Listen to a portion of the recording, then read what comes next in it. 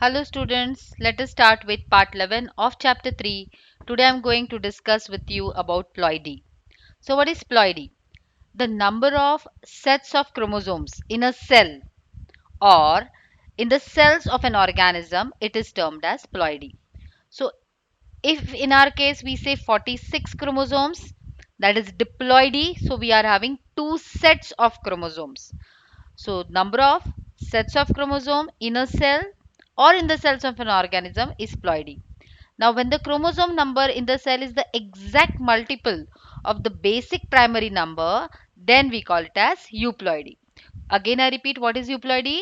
When chromosome number is in the exact multiple of the basic primary number, we call it as euploidy. Euploidy can be haploid.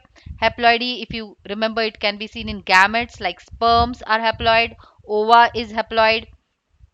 Diploid, we are diploid, or all cells are diploid. We have 46 chromosomes. Triploid, if you can remember, I had taught you about primary endosperm nucleus, which was triploid. Tetraploid, when there are four sets of chromosome, we call it as tetraploid. And I guess tapetum had tetraploid cells. So haploid is having one set of chromosome, diploid has two sets of chromosome, triploid has three sets of chromosomes, and tetraploid have four sets. So they are in the exact multiples of the basic number, euploidy. Now we'll see, when the chromosome number is not exactly the multiple of the haploid, then we term it as aneuploidy. It is it is having either a deletion or addition of one or more chromosomes. So there can be one chromosome less or one or two more chromosomes more.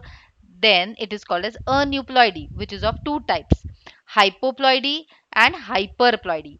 Hypo means less, hyper means more. Hypoploidy, they have comparatively lesser number of chromosomes as compared to the basic number, whereas hyperploidy is more chromosome, addition of chromosomes as compared to the normal set. In hypoploidy, we'll study monosomy, nullisomy, and in hypoploidy, we'll study about trisomy and tetrasomy. Let us see what is monosomy. Suppose now normal person, he has 46 chromosome. If he is suffering from monosomy, there will be one chromosome less. So 2n minus 1, that is 46 minus 1, they will have only 45 chromosomes. In nullisomy, they have 2n minus 2, so 46 minus 2, they will have only 44 chromosomes. In trisomy, it is 2n plus 1, so 46 plus 1, they have 47 chromosomes. And in tetrasomy, they have plus 2, so 46 plus 2, they will have 48 chromosomes. So these are hyperploidy and hyperploidy. Let us see the examples of few of them, not all. We'll study only three types. We'll study monosomy first. Monosomy is where it is an example of hypoploidy when one chromosome is less. Best example is Turner syndrome. Turner syndromes are females with one less X chromosome. So instead of normal 46 chromosome, they have 45 chromosomes. So they have 44 autosomes and only one X. One X is absent. These females have 44 autosomes with XO. They have very short stature, that is their height is short. They have webbed neck, as you can see in the picture. They have lower posterior hairline. Other characters, they have a broad shield shaped chest. The nipples are placed far away from each other. If you can see, there are brown spots on the body which are called as nevi. The ovaries are rudimentary. They do not have menstrual cycles, so they are sterile females. The elbow deformity is there. There is constriction in the aorta, as you can see in the picture. They have shield shaped thorax and they have smaller fingernails. The shortened metacarpal is present. They have fold of the skin in their neck. Special type of facial features are there. They are poorly, because of their poorly developed ovaries, they are sterile and their IQ is low. Okay, so these are the characters of the females suffering from Turner syndrome. It is an example of monosomy. There is single chromosome is lesser than the normal condition. So instead of 46, they have 45. 44 autosomes and XO. One X chromosome is missing. Let us see the other example, Down syndrome. It is an example of trisomy of autosome number 21. So triple 21st chromosome is present. Instead of pair, there are three. So instead of normal 46 chromosome, they are having 47 chromosomes. And how are they? So they have 45 autosome, and of course then the sex chromosome, if it is a girl, she is a girl child, XX, and if it is a boy child, male child, XY. But autosomes are one extra, 45 autosomes plus XX or 45 autosomes plus XY. This extra autosome is on the 21st pair. Let us have a look at the characters. So these children, they are usually with a moderate mental retardation. Mental retardation is seen. They are shorter in height, their lifespan is little, they have poor skeletal development. If you look at the facial features, they have a specific moon shaped face with slanting eyes. Epicanthal skin fold is present, eye folds are present.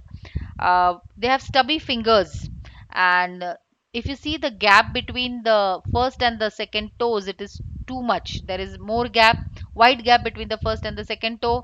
If you see on the crease on the palm, you'll see there is single crease is present. The single crease, it is called as a simian crease. And they have small arched palate. They have big wrinkled tongue. Dental anomalies are seen. Congenital heart diseases are found in these children. Intestinal blockages are there. Umbilical hernia can be seen.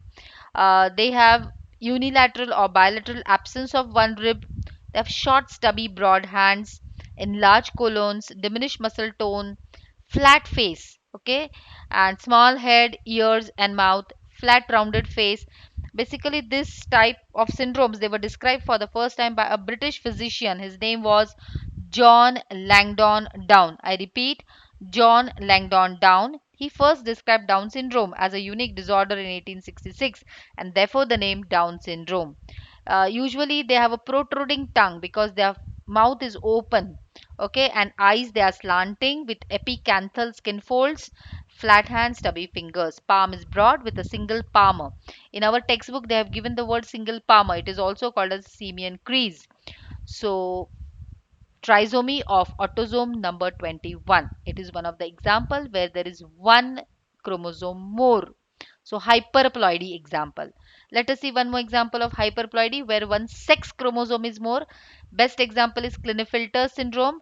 In these males, they have one extra X chromosome. So basically they are males.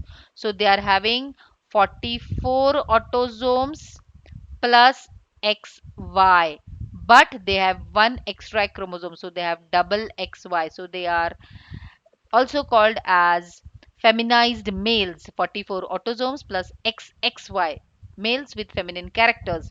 It is a result of the non-disjunction of X chromosome during meiosis. They have a masculine body, but they have underdeveloped testes. So they are sterile individuals. They are tall with long arms. Gynecomastia, that is breast development, can be seen in 30% type of persons who are suffering from Klinefelter's syndrome. No spermatogenesis, so they are sterile. You can see that in this picture, they have one extra X chromosome. So basically tall, mild IQ impairment may be there, but they are normal individuals. They can lead a normal life. They can work in all type of professions. You can see people are working around us who are suffering from Klinefelter syndrome. Some of them are in parliament, some are there are doing businesses. So they are normal people. Okay, some of them are in film industries. So they're normal people, but bad luck that they have one extra X chromosomes, and so they show these types of characters. They have poor beard growth. They have osteoporosis can be seen. Bones are not that strong. Frontal baldness is absent, and they have pubic hairs which can be seen similarly in case of females. So they are men with feminine characters and of course sterile individuals. One more example of hyperploidy. So I've completed ploidy today. I gave you one example of hypoploidy and two examples we discussed about hyperploidy. In next video students, we will discuss about sex determination. Thank you.